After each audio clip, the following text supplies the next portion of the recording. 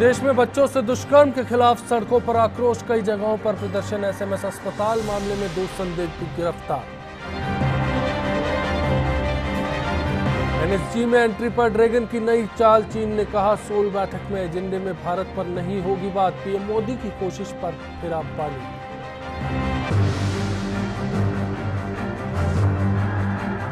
केंद्र सरकार का बड़ा फैसला, डिफेंस और सिविल एविएशन में 100% विदेशी निवेश को मंजूरी। रक्षा, उड़ियन, पेंशन और बीमा में 100% विदेशी निवेश को इजाजत।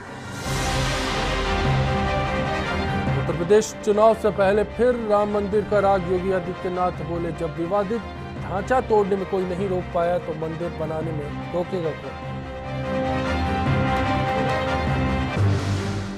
योग दिवस पर पीएम मोदी चंडीगढ़ में सीएम राज्य की स्वास्थ्य और सेहत भरी अपील। प्रदेश के 85 लाख स्कूली बच्चे भी करेंगे कार्यक्रम में शिरकत।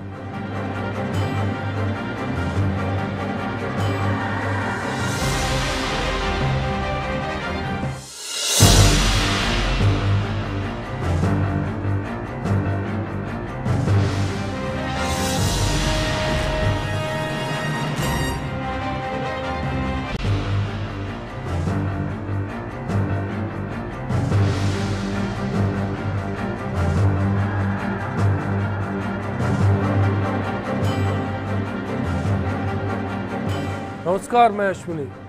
क्या आप अपने बच्चे के लिए मौजूदा माहौल को महफूज मानते हैं? बच्चों की सुरक्षा से जुड़ा ये सवाल राजधानी जयपुर में एक हफ्ते के दौरान हुई 2 दुष्कर्म की वारदातों के बाद खड़ा होता है। जाहिर है कि दुष्कर्म के इन मामलों में पुलिस और सरकार सीधे तौर पर जिम्मेदार नहीं हो सकते, लेकिन क्या महिला सुरक्षा के नाम पर फिर ऐसे हालात में राजनीति करना जायज़ होगा?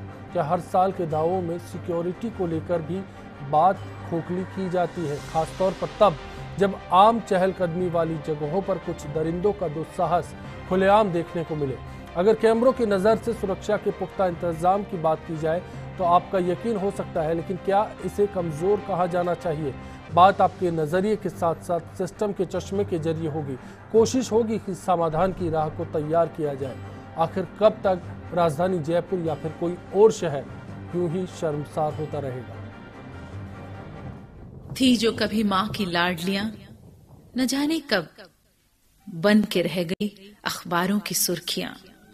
मुस्कुराहटें जिनकी बांटती थी खुशियां, न जाने क्यों आंसू बन लहू बहाती हैं उनकी पुतलियां।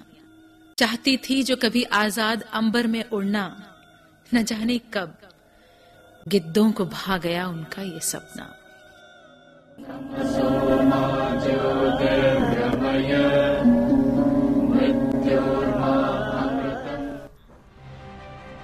चलिए इस रिपोर्ट का रुख करते हैं, कुछ हालात को समझने की कोशिश करते हैं, फिर मेहमानों से आपको मिलाएंगे।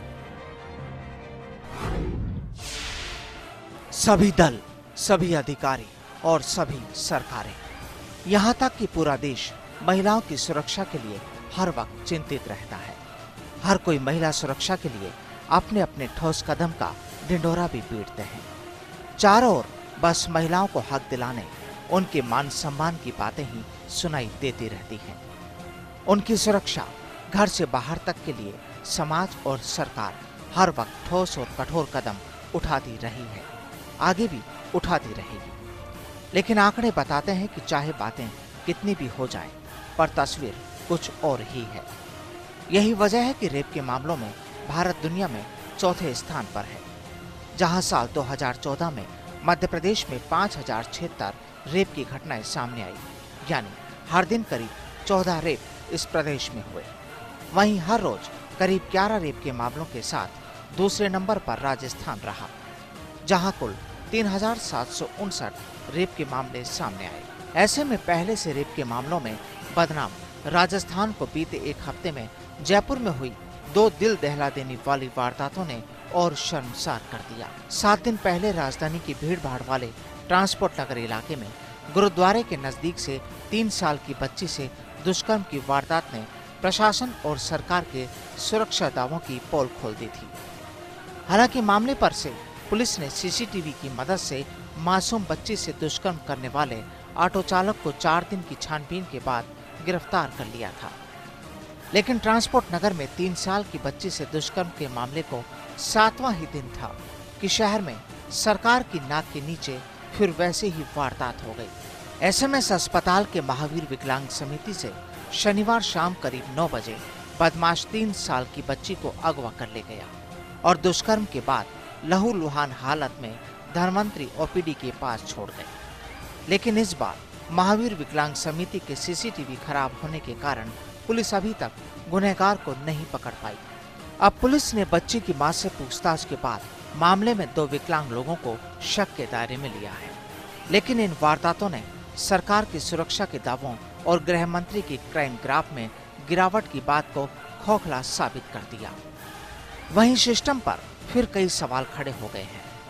क्या प्रदेश में अपराधी बेखौफ हैं? और क्या बच्चों से बढ़ती दुष्कर्म की वारदातों के पीछे विफल कानून व्यवस्था जिम्मेदार है? नेशनल क्राइम रिकॉर्ड ब्यूरो के आंकड़ों पर गौर करें तो साल 2014 में देश के अंदर कुल 36,968 रेप के मामले दर्ज हुए, जिसमें से 6,747 रेप मासूमों के साथ हुए। वहीं प्रदेश के कुल रेप के मामलों में 20% मासूम दरिंदगी का शिकार हुए। ऐसे में जब प्रदेश में बचपन ही सुरक्षित नहीं है तो फिर सुरक्षा का क्या आलम होगा, समझा जा सकता है। इससे भी बदतर स्थिति रेप के मामले में दोषियों को सजा देने में है। पिछले 1 दशक में रेप के 5,337 मामलों में फैसले आए और इनमें से 3,860 मामलों में आरोपियों को या तो बरी कर दिया गया या फिर पूरे सबूत नहीं मिलने पर अदालत ने उन्हें छोड़ दिया। क्या दूसरे देशों की तरह ठोस सजा का प्रावधान नहीं होना ही अपराधियों के हौसलों को बुलंद करता है? बात दूसरे देशों में रेप की सजा की करें तो कुवैत में 7 दिनों के अंदर मौत की सजा दे दी जाती है। चीन में नो ट्रायल, मेडिकल जांच में प्रमाणित होने के बाद मृत्युदंड दिया जाता है। पोलैंड में सुअरों से कटवाकर मौत दी जाती है। अमेरिका में पीड़िता की उम्र और क्रूरता को देखकर उम्र कैद या 30 साल की सजा दी जाती है। ऐसे क्या ठोस और समय रहते सजा मिलने से रेप पर लगाम लगाई जा सकती है या फिर महिला सुरक्षा पर सिर्फ राजनीति होती है? जाहिर है कई सवाल हमारे सामने हैं, लेकिन अहम सवाल बिग फाइट लाइव में लेकर आज हम हाजिर हैं कि क्या बच्चों के साथ बढ़ते दुष्कर्म के मामलों में विफल कानून व्यवस्था को जिम्मेदार बताया जाना चाहिए? firstindianews.com पर आप अपनी राय हम तक पहुंचा सकते हैं या फिर फेसबुक और ट्विटर पर यह बता सकते हैं कि इस सवाल पर आप क्या राय रखते हैं। जाहिर है कई आंकड़े हैं और हर आंकड़े के बाद एक तस्वीर बयान होती है कि राजस्थान की सूरत हाल क्या है। जाहिर है बच्चों के साथ यौन शोषण के मामलों में दूसरे नंबर पर देश में राजस्थान आता है, जो कि कहीं ना कहीं शर्मसार कर देने वाली स्थिति है। बात करेंगे तफसील के साथ इस तस्वीर का क्या हल हो सकता है। महिला आयोग की अध्यक्ष सुमन शर्मा जी हमारे साथ हैं, बाल आयोग के अध्यक्ष मनन चतुर्वेदी जी हमारे साथ हैं, कांग्रेस नेता अर्चना शर्मा जी हमारे साथ हैं, सामाजिक कार्यकर्ता चारू गुप्ता जी हमारे साथ होंगी, साथ ही मनोवैज्ञानिक डॉक्टर अनीता गौतम बातचीत में हमारे बीच मौजूद है। हालात का अगर रुख करें, तस्वीर को समझने की कोशिश करें, मैं चारू जी पहले आपके पास आना चाहता हूं। हालिया मामले को लेकर जेके लोन अस्पताल में आपके संगठन को कुछ एफर्ट्स करनी पड़ी कि बच्चे को शेल्टर मिल जाए, कुछ राहत मिल जाए, इलाज ठीक से हो जाए। मैं उस व्यवस्था पर पहले बात करना चाहूँगा, क्या हुआ था चारू जी? देखिए जैकलॉन अगर अस्पताल की व्यवस्था की अगर हम बात करें तो वहाँ के जो डॉक्टर्स और स्टाफ की जो व्यवस्था है वो बहुत ही माकूल है और वहाँ पर आने के बाद एक पर्याप्त उनको सुविधाएं और इंतज़ाम है। लेकिन बात यह है कि आने के बाद क्यों, आने के पहले क्यों नहीं? आने के पहले का अर्थ मेरा ये मानना है कि इस तरह की घटनाएं होती क्यों हैं, और ये तो पुनरावृत्ति हुई है, अभी 7 दिन भी नहीं हुए। कहाँ गया हमारा मतलब एक मानसिक दिवालियापन जो एक समाज के अंदर ये उत्पन्न हुआ है, ये कहाँ से आया है?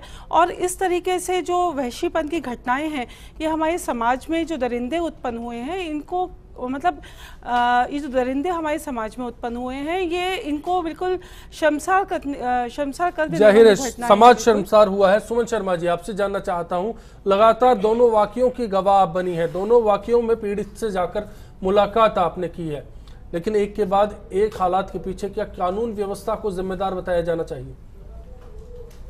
देखिए अश्विनी जी, मैं बहुत ही मतलब इस घटना के बाद मैं सोचती हूँ कि जो माएँ हैं या जो महिलाएं हैं वो सब बहुत दुखी होंगी। विषय इतना सेंसिटिव हो गया था हम लोगों के लिए कि एक वीक नहीं था हुआ पूरा कि दूसरे ही एक शनिवार और दूसरे शनिवार के बीच के ही दरमियान की घटना थी। अभी तो मैं उस बच्ची के ही हालचाल ले रही थी जो पहले एडमिट हुई थी जी। और वो ठीक तरह से रिकवर हो रही थी।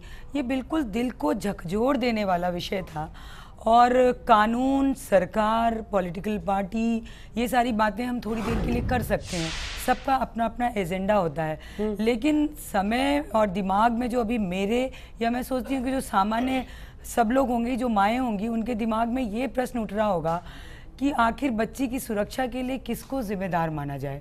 पुलिस की यदि हम बात करते हैं तो एक चेहरा पुलिस का ये भी देखते हैं कि कई मामलों में बहुत सजग है, कई मामलों में असहज भी रही है, लेकिन जब घर में बाप के द्वारा बेटी का बलात्कार होता है तो पुलिस और प्रशासन वहां तो मुहैया नहीं कराया जाएगा। मानसिकता इतनी सड़ी गली हो गई है लोगों की, और जो इन दो केसों की सिमिलरिटी को अगर हम देखते हैं और अध्ययन करते हैं तो अपने को महसूस होगा कि पहले केस में भी आप देखिए वो लड़का आदमी नशेड़ी था, और इसमें भी जो आज भी मैं जाके हॉस्पिटल आई हूँ उसकी माँ से मेरी बात हो रही है, वो इशारा दिव्यांग की ओर ही है, और वहाँ जहाँ की ये घटना है वहाँ लोगों के आइडेंटिफिकेशन का कोई तरीका सिस्टमैटिक नहीं था। विकलांग महावीर के द्वारा संचालित अस्पताल के अहाते में चलने वाले एक सेंटर का जिक्र आप करना चाह रही हैं, जहां पर आम राह गुजर नहीं है, पब्लिक प्लेस है, सिक्योरिटी के लिहाज से गार्ड्स भी उपलब्ध है, लेकिन उसके बावजूद वारदात हुई। जी बिल्कुल, मैं इस चीज़ को मानती हूँ कि ये थोड़ी सी कमी रही वहाँ कि वहाँ कैमरा भी हमारा वर्किंग नहीं था, और वहाँ जो उनके यहाँ रजिस्टर थी वो भी मैं जाके देख के आई, वो भी प्रॉपर मेंटेन नहीं था। ना इस महिला का उसमें नाम अंकित था, ना वो जो भागने वालों का कह रही है उसका अता पता था। इसीलिए आज पुलिस ने, कल नाइट में पुलिस ने जब ट्रैक किया था तो एक आदमी को आगरा से पकड़ के लाई, क्योंकि वो छोड़ के नेक्स्ट डे ट्रेन से जा रहा था। तो कहीं ना कहीं कुछ तो कमी रही, लेकिन बड़ा प्रश्न ये है कि अगर गुरुद्वारा की बात करते हैं, वो तो वहाँ पे उसका सेवादार था, उसका माँ बाप, वहीं वो बच्ची रह रही थी, वहाँ से भी उठा के ले गया एक दरिंदा। तो मैं सवाल जो उठाना चाह रही हूँ, अभी ना मैं सरकार को बचाना चाहती हूँ, ना मैं पुलिस को बचाना चाहती हूँ, मैं मानसिकता की बात करना चाहती हूँ कि कहाँ कहाँ कैसे कैसे पहरेदारी की जाएगी, ये तो हमें बताइए। बिल्कुल, मैं इस पर बात करूंगा कि रास्ता अपने क्या गले हो से सकता चिपका है। के घूमती रहे 24 घंटे, बाप से सुरक्षित रखे, भाई से सुरक्षित रखे, सड़क पे सुरक्षित रखे, स्कूल में सुरक्षित रखे, कहाँ सुरक्षित रखे बेटी आखिर को? क्यों एक महिला की सुरक्षा को लेकर इतना बड़ा सवाल खड़ा होता है? मनन चतुर्वेदी जी, बाल संरक्षण आयोग लगातार काम कर रहा है, लगातार अपनी दलीलें रखता है, सिफारिशें रखता है, लेकिन जमीन पर देखते हैं तो उन पर काम नहीं होता। क्या ऐसे हालात में कहीं गैर जिम्मेदारानापन सिस्टम का सामने आया है? देखिए, अभी सुमन जी ने भी जो बात कही, हम किसी एक चीज़ पर पॉइंट आउट करके हम ये नहीं कह सकते। हमने ये भी कहा कि हमारे जो कानून हैं वो भी बहुत स्ट्रॉन्ग, बहुत स्ट्रिक्ट होने चाहिए, सारी चीज़ें अलग ही हैं, लेकिन मुझे लगता है कि लैक ऑफ सेंसिटिविटी और ह्यूमैनिटी का बहुत बड़ा चैप्टर है। जब अभी कुछ ही दिनों पहले मैं अभी एक बालिका गृह में गई थी, वहाँ पे 3 बच्चियों के फादर ने लगातार ये किया, तो और माँ ने इसके रहते सुसाइड कर लिया। तो वो बच्चियों से जब मैं मिली और उनकी स्थिति देखी तो विश्वास नहीं हुआ कि कोई पिता भी ऐसा कर सकता है। तो ये एक बहुत अजीब सी सिचुएशन है। दूसरे केस में मैंने देखा, दूसरे में भी पिता के सामने आया, करौली में जब ये हुआ तो उसमें नाली में मैं कूद के आई। इस बच्ची से भी जब मैं मिली, तो ये किसी की भी बेटी हो और अपनी बेटी के साथ भी अगर कोई ऐसा कर सकता है तो ये मानसिकता का एक बहुत वो है जिसे हम नॉर्मल ह्यूमन बीइंग में तो काउंट ही नहीं कर सकते।